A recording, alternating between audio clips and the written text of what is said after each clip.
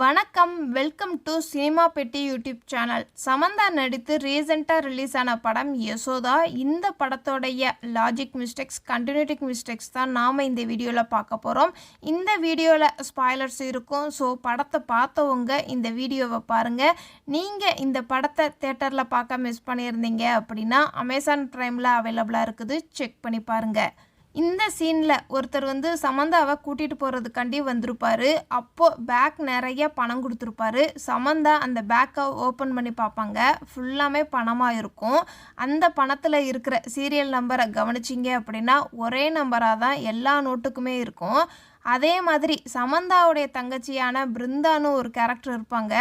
அவங்களும் பேக் நிறையா பணம் கொடுத்துருப்பாங்க. அந்த பணத்தோடைய சீரியல் நம்பருமே ஒன்றா தான் இருக்கும். ஆக மொத்தம் 2 சீனுமே முன்ன பின்ன நடக்கிற மாதிரி தான் ஷார்ட் வச்சுருப்பாங்க. ஆனால் பணம் மட்டும் ஒரே பணமாக இருக்கிற மாதிரி காமிச்சிருப்பாங்க. இந்த பணத்தை எல்லாத்தையுமே இன்னொரு பொண்ணுக்கிட்ட சமந்தா கொடுத்துருவாங்க. தங்கச்சியுடைய ஆப்ரேஷனை பார்த்துக்கோ அப்படின்னு தங்கச்சியை தேடி தான் இந்த கேங்குக்குள்ளே சமந்தா வந்திருப்பாங்க.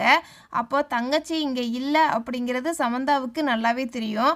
அப்போ இந்த பணத்தை என்ன பர்பஸ்காண்டி கொடுத்துருக்காங்க அப்படிங்கிறத காட்டியிருக்க மாட்டாங்க. ஜோன் 2க்குள்ளே யாருமே போகக்கூடாதுன்னு சொல்லியிருப்பாங்க. ஆனால் சமந்தா சிகரெட் எடுக்கிறதுக்காண்டி ஜோன் 2க்குள்ளே போவாங்க. அப்போது ஒரு சிஸ்டர் வெளியில் வர்ற மாதிரி அந்த சீன் இருக்கும். அவங்கள ஒட்டி தான் சமந்தா உள்ளக்க போகிற மாதிரி காட்டியிருப்பாங்க. அந்த சிஸ்டர்கிட்டையே சமந்தா மாட்டியிருக்கலாம். ஆனால் சிஸ்டர் கண்டுக்காத மாதிரி போயிடுவாங்க. ஏன் கவனிக்கலை அப்படிங்கிறத காட்டியிருக்க மாட்டாங்க.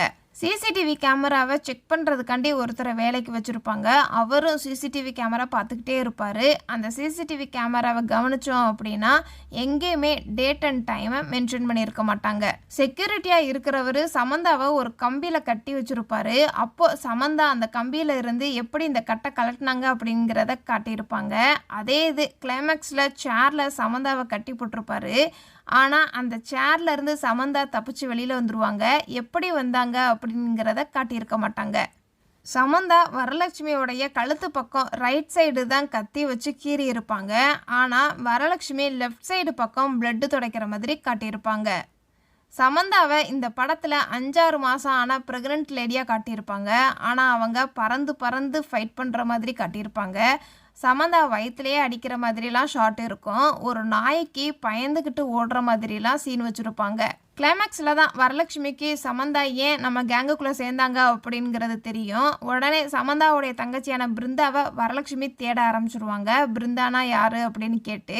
ஆனால் படம் ஃபுல்லாகவே சமந்தா அந்த கேங்குக்குள்ளே தான் இருப்பாங்க. சமந்தா மார்ச்சரியை தவிர ஒரு தடவை கூட பிருந்தாவை தேடின மாதிரியே காட்டியிருக்க மாட்டாங்க. இதெல்லாம் இந்த படத்தில் நான் நோட் பண்ண சின்ன சின்ன மிஸ்டேக்ஸ். இதை தவிர நீங்கள் இந்த படத்தில் ஏதாவது நோட் பண்ணியிருந்தீங்கன்னா கமெண்ட்ஸில் சொல்லுங்கள். டாடா, பாய்.